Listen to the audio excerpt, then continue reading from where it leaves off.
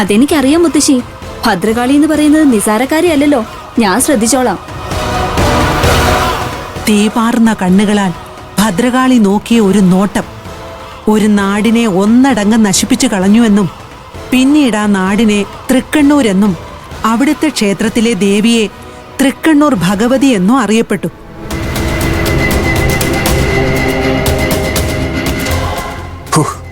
ഞാൻ പേടിച്ചുപോയി. ഒന്ന് വേഗമാട്ടെ. ആവശ്യമില്ലാത്ത ഓരോ കാര്യങ്ങൾ പറഞ്ഞ് മുത്തശ്ശി അവളെ പിടിച്ചു നിർത്തിയിരിക്കുക. വേഗം വിഷങ്ങൾക്ക്. അത് ഞാൻ ചെയ്തോളാം. ചെയ്യങ്ങോട്ട്.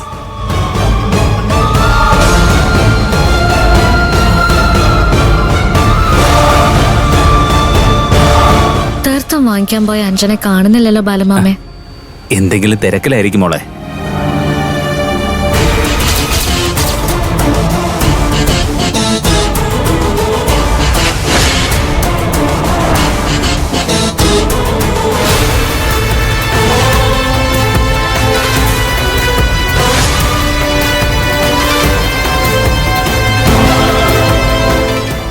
ഉഗ്രരൂപിണിയാണ്, സംഹാര രുദ്രയാണ്.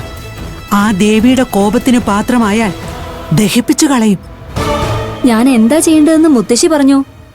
അത് ഞാൻ അനുസരിച്ചോളാം.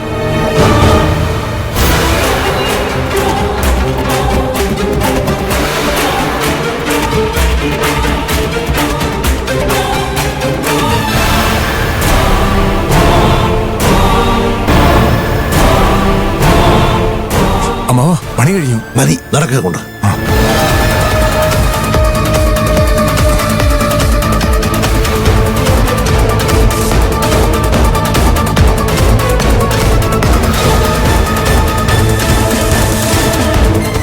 ഞാൻ പറഞ്ഞ കാര്യങ്ങളൊന്നും മോള് മറക്കണ്ട. മുത്തശ്ശിയുടെ വ്രതം പോലെ തന്നെ ഇതും പാലിക്കണം. അതിന്റെ അനുഗ്രഹം മോൾക്കുണ്ടാവും. ശരി മുത്തശ്ശി, ഞാൻ ശ്രദ്ധിച്ചോളാം. ആ മതി സംസാരിച്ചത്. ഇനി ഈ തീർത്ഥം കൊണ്ട് കൊടുക്ക്. മുത്തശ്ശി ചില കാര്യങ്ങൾ പറയായിരുന്നു. മുത്തശ്ശിയോട് ഞാൻ സംസാരിച്ചോളാം. നീ ആ ഫോണിങ് എടുക്ക്.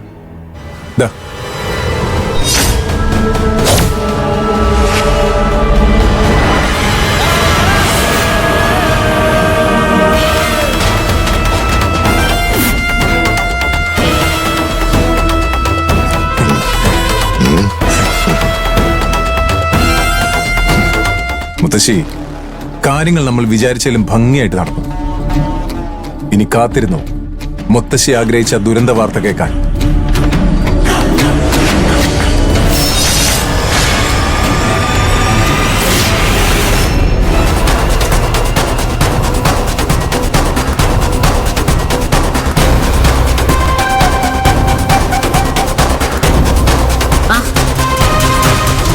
അഞ്ജന വന്നല്ലോ.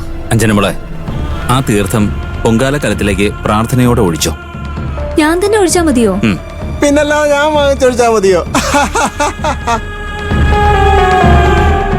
ഒഴിക്ക അഞ്ജന, ഒഴിക്ക.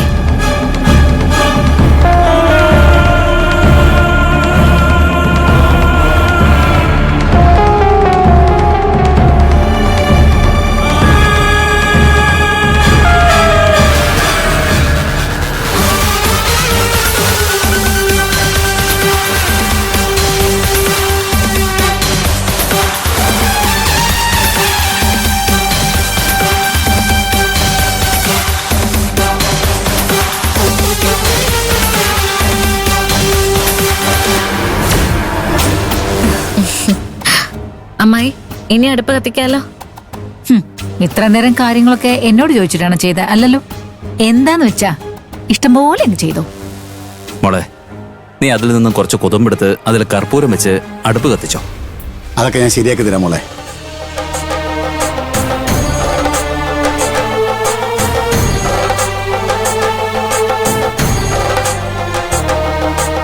ആ നെയ്യ് കുറച്ചൊഴിക്കേ.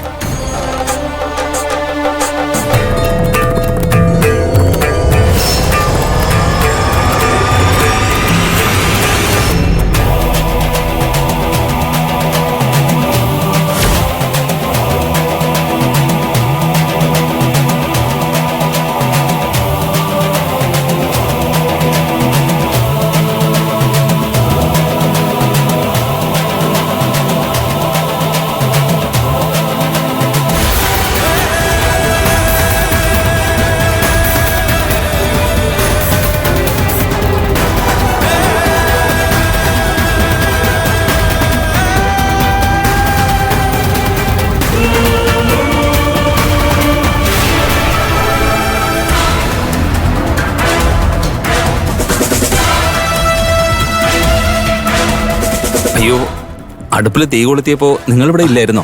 അത് സാരമില്ല, ഞങ്ങളേ ഒരു വഴിപാട് എഴുതാൻ അങ്ങോട്ട് പോയതാ. ഞങ്ങൾ ഈ മതിൽക്കെട്ടിനകത്ത് തന്നെ ഉണ്ടല്ലോ അങ്കിളെ, അത് തന്നെ ധാരാളം.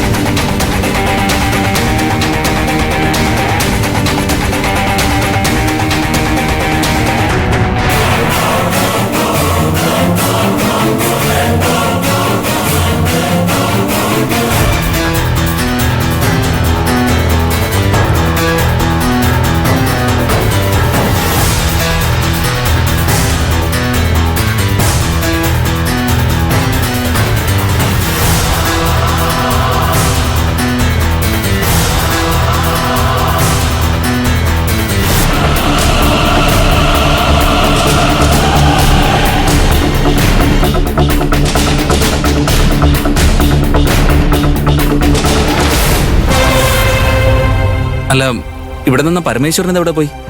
നിന്ന നിപ്പിൽ കാണാതായല്ലോ. അമ്മാവൻ ഇവിടെ എവിടെയെങ്കിലും തന്നെ കാണും. ഞാനൊന്ന് പോയി നോക്കിയിട്ട് വരാം. മോളെ, ഒന്ന് സഹായിക്കേ.